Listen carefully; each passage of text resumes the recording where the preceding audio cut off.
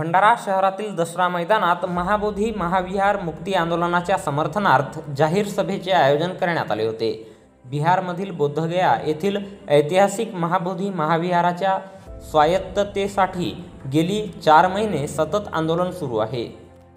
BT act 1949 रद्द करावा आणि नियमानुसार महाविहार संचालन समितीतील 9 सदस्यांमध्ये बौद्ध समाजाच्या प्रतिनिधींचा समावेश करावा या मुख्य मागण्यांसाठी दिनांक 15 जून रोजी दुपारी 4 ते रात्री 8 वाजता दरम्यान भंडारा येथील दसरा मैदान शास्त्री चौकात जाहीर सभा आयोजित करण्यात आली होती।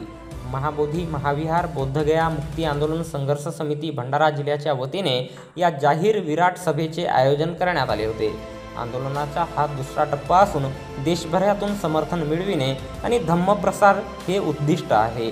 यावेळी कार्यक्रमाचे अध्यक्ष म्हणून MSSचे राष्ट्रीय अध्यक्ष तथा ऑल इंडिया बुद्धिस्ट फोरमचे राष्ट्रीय सल्लागार भंते डॉक्टर चंद्रकीर्ती, प्रमुख मार्गदर्शक म्हणून ऑल इंडिया बुद्धिस्ट फोरमचे general secretary doctor Akash Lama, भारतीय बौद्ध महासभा भीमराव आंबेडकर राष्ट्रीय कार्याध्यक्ष चंद्रबोधी पाटील, भदंत धम्मतप उपस्थित होते।